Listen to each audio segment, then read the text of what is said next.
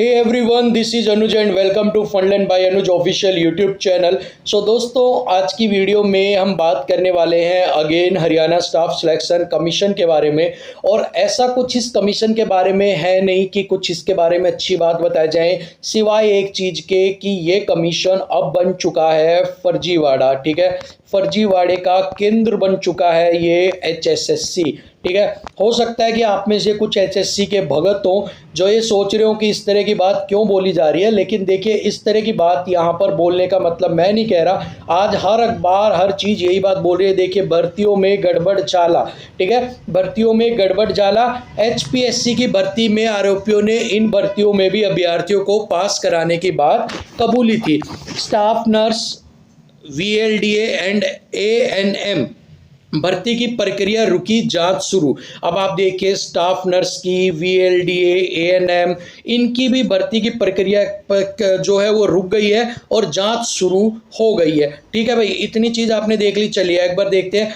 Commission कर रहा है जांच, किस अभ्यर्थी को मिले कितने नंबर। ठीक है, कमीशन जांच कर रहा है किस अभ्यर्थी को कितने मिले, क्या वास्तव में गड़बड़ हुई है। ठीक है, यहाँ पर देखिए, हरियाणा स्टाफ सिलेक्शन कमीशन में भर्तियों में गड़बड़ी करने के आरोप में गिरफ्तार आरोपियों ने स्टाफ नर्स, वीएलडी और एएनएम में कुछ अभ्यर्थियों को पास कराने की बात कबूली है। तो देखिए, न्यूज़पेपर कुछ लिख रहा है, लेकिन आपको खुद को पता है कुछ तो कहा जाता है, लेकिन कुछ के अंदर कितनों में हुई है, कितने ज़्यादा नहीं हुए हैं, वो आपको खुद पता, आपको बताने की ज़रूरत नहीं है, आप देख सकते हो। ठीक है, इन पास करवाने की बात कबूली, इसलिए एचएसएससी ने इन भर्तियों का आगे की प्रक्रिया पर रोक लगा दी है और जांच को शुरू कर दिया है। सूत्रों की माने तो इस भर्ती में 64 से ज़्यादा अंक किसी को नहीं मिले हैं, इसलिए कमीशन पूरा रिकॉर्ड खंगाल रहा है ताकि ये स्पष्ट हो सके कि क्या वास्तव में कोई गड़बड़ी हुई है या नहीं। कमीशन अब भी ये कह रहा है, एचएसएससी यही कह रहा है कि अब भी हम देख रहे हैं कि गड़बड़ी हुई है या नहीं हुई है। जो आरोपी है वो कह रहा है कि भाई गड़बड़ी हुई है, उसके बाद भी ये कह रहे हैं कि अभी गड़बड़ी हुई है या नहीं, उसके बारे में जाँच की जाएंगे। अब यहाँ से आप देख सकते हैं, एक एक आंसर शीट को भी चेक किया जा रहा है। विजिलेंस के रिमांड पर आरोपियों ने स्वीकार किया था कि 10-10 लाख रुपए लेकर इन भर्तियों में भी 50 से ज़्यादा अभ्यर्थियों को पास करवाया गया था। ठीक है, तो भाई अब आप देखो 10 लाख रुपए। ठीक है, 10 लाख रुपए लेकर आपको क्या करवा दिया, पास करवा दिया। ठीक है, पढ़ने वाला जो लाइब्रेरी के अंदर आप बैठे हो, अपनी आंखें जो है वो सुझा रहे हो, सब कुछ कर रहे हो भाई, सबके सब वेस्टेज हैं। आपके पास सिर्फ 10 लाख रुपया होना चाहिए। अगर आपके पास 10 लाख रुपया है, अगर आपके पास 10 लाख रुपए का कुछ है, सिस्टम है, जुगाड़ है, तो आप यहाँ पर कर सकते हैं, आपकी नौकरी लग सकती है। क्योंकि एचएससी ने ठान रखा है कि भाई कुछ भी हो, चाहे कुछ भी हो या ना हो, आपको तो बस पेपर लीक करवाने हैं, भर्तियों में गड़बड़, और उसके बाद जो आपकी पेपर है उनको क्या कर देना है, कैंसिल कर देना है या भर्ती के ऊपर रोक लगा देनी है। ठीक है, सबसे बड़ी बात जो निकल के आती है कि एचएससी के ही कितने पिछले सालों से कितने ऐसे पेपर है जो इसने टाइम पर करवाए हैं। ठीक है, सबसे पहली बात है टाइम पर करवाए हैं, टाइम के साथ उसने करवाए हैं, निष्पक्ष करवाए हैं। ठीक है, निष्पक्ष करवाए हैं, साथ में एक पेपर लीक नहीं हुआ। ठीक है, कितना ऐसा है कि पेपर लेने के तुरंत बाद ही भर्ती का जो पेपर है उसको कैंसिल नहीं किया गया। आप खुद देख सकते हो, एचएससी का खुद इतिहास उठा के आप देख सकते हो, ऐसा कोई पेपर नहीं है एचएससी का जो उसने टाइम पर करवाया हो, निष्पक्ष करवाया हो, उसके बाद आपका पेपर लीक ना हुआ हो और पेपर जिस दिन देख के आए उसके अगले दिन ही कैंसिल ना हुआ हो। ठीक है, तो आप जब खुद आपको पता है कि इतनी सब चीज़, जब इनको पता है कि यार हमारे अंदर कमी है, जब इन्हें पता है, एचएससी को पता है कि हमारे अंदर कोई ना कोई कमी है, तो उसे वो इम्प्रूव क्यों नहीं कर रही, सुधार क्यों नहीं कर रही। तो यहाँ से सीधा सीधा लगता है कि यहाँ पर एचएससी भी खुद ही इन चीज़ों से चाहे पल्ला झाड़े, चाहे कुछ भी करे। मुझे लगता है ऑफिशियल्स भी इनके साथ मिले हुए हैं, अदरवाइज आज के टाइम में कौन ओएमआर शीट का यूज करता है, आप खुद बताइए। आज के टाइम में जब सारा कंप्यूटर बेस्ड सिस्टम हो गया है, सब कुछ कंप्यूटर बेस्ड काम चल रहा है, उसी के ऊपर ये ओएमआर भरवा रहे हैं। आज भी वो इसीलिए भरवा रहे हैं ताकि आप ओएमआर जो है वो खाली छोड़ के आ सके और उसके बाद उसमें आपके मनपसंद के गोले भर जा सके, जिसने भी 10 लाख रुपए दिए हैं उसने। ठीक है, और ये बात हम नहीं कह रहे हैं आपको, ये बात आप खुद देख सकते हो कि आपको ये बातें कौन कह रहा है। ये बातें खुद एक नेशनल न्यूज़पेपर लिख रहा है आपको, कि जांच शुरू हो रही है, 10-10 लाख रुपए में आपसे जो है वो आपको करवाया गया है, आपकी भर्तियां करवाई गई हैं, ठीक है ना।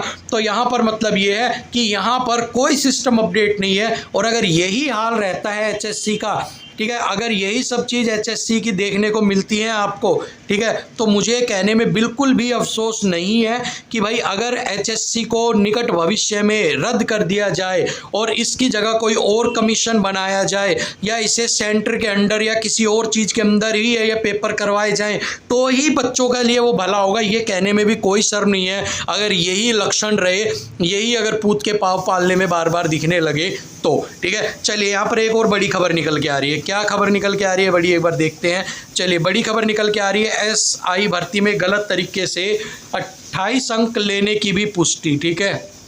आप देख सकते हो, सब इंस्पेक्टर भर्ती में सामाजिक आर्थिक आधार पर फर्जी तरीके से अंक लेने वाले 28 अभ्यर्थियों की पहचान हो चुकी है। 2 ऐसी भी शिकायतें पहुंची है जिसमें कहा गया है कि इन दोनों अभ्यर्थियों के पिता जिंदा हैं, लेकिन इन्होंने पिता की मृत्यु पर मिलने वाले 5-5 अंक ले लिए हैं। इसलिए एचएससी ने जांच शुरू कर दी है। सीआईडी ने रिपोर्ट दी है कि 54 लोगों ने अलग अलग तरीके से लाभ लिया है, इसलिए उसमें भी कुछ गड़बड़ी है। सीआईडी ने एलआईसी में नौकरी करने वालों को भी इसमें शामिल किया है, जबकि जिनकी बहन नौकरी में है उसे भी परिवार में शामिल माना गया है, ठीक है भाई। तो आप यहाँ पर देख सकते हो कि एसआई भर्ती में भी आपके क्या हुआ है कि वहाँ पर भी गलत तरीके से आप सबसे यहाँ पर मार्क्स लेने से पीछे नहीं हटे। चलो, सारी चीज़ें जहाँ तक चल रही थी, ज़्यादा डूबा डेरी तो ये हो गई कि अब अपने बापू को भी मार दिया भाई, ठीक है।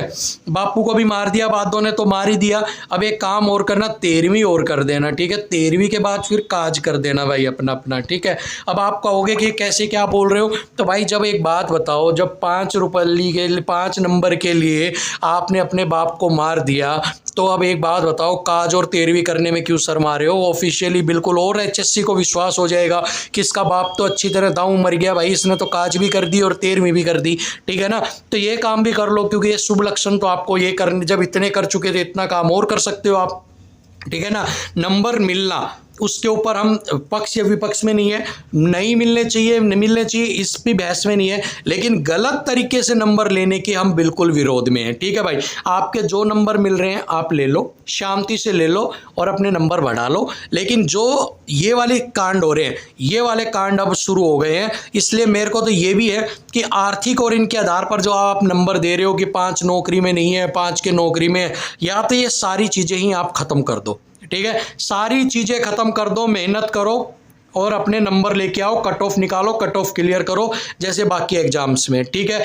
ये चीज़ें अगर आप करते हो तो या तो ये कीजिए, या इनके अंदर इतनी पारदर्शिता होनी चाहिए, आपकी इतनी क्लैरिटी होनी चाहिए कि अगर इसमें जिसने नंबर लिए हैं उनकी जांच होनी चाहिए। अब बापू मर गया, तहसीलदार ने साइन कर दिए, क्या संद रह गई? एक बात बताओ, मरे या जिए, वो घर में बैठ के आपको क्या पता हो जिंदा या मर गया, ठीक है ना।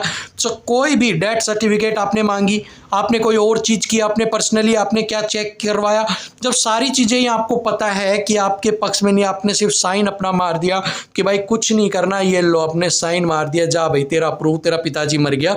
तो इस चीज़ों में जो पहले तो नाम बदनाम ही था, ऊपर से ये और आपके ऊपर एक और काम हो गया है। तो या तो आप इसके अंदर पारदर्शिता लेके आइए, आप इतना ज़्यादा एक फेयर सिस्टम बनाइए जिसमें आपको बाद में बार बार ऐसा ना करना पड़े कि बाद में आप बार बार एक पोर्टल करवा रहे हो और बच्चों से ही भीख मांग रहे हो कि भाई तुम्हें डाल दो कि किसने गलत नंबर लिए हैं, ठीक है। सो यहाँ पर आपके अब तो सीआईडी वाले जांच कर रहे हैं, ठीक है। हो सकता है सीआईडी की जांच आपके घर तक भी पहुँच जाए। सो जिसने भी गलत नंबर लिए हैं या जो आगे लेने की सोच रहे थे, वो मेहनत पर ध्यान दो, लाइब्रेरी में जाओ, अपनी आंखें सुझाओ बजाय इन गलत तरीकों के। हो सकता है आप सीआईडी के चंगुल में आके आपके आने वाले गत एग्जाम भी आप ना दे पाओ, ठीक है। सो आज के लिए बस इतनी न्यूज़ थी। अगली कोई और वीडियो अगर कोई और टॉपिक होगा तो उस पर आपको ज़रूर मिल जाएगी। अभी तो ये डेली सुबह सुबह दैनिक भास्कर के अंदर न्यूज़ है, आप भी पढ़ सकते हो, ठीक है। सो अभी के लिए इतना ही। Thank you so much.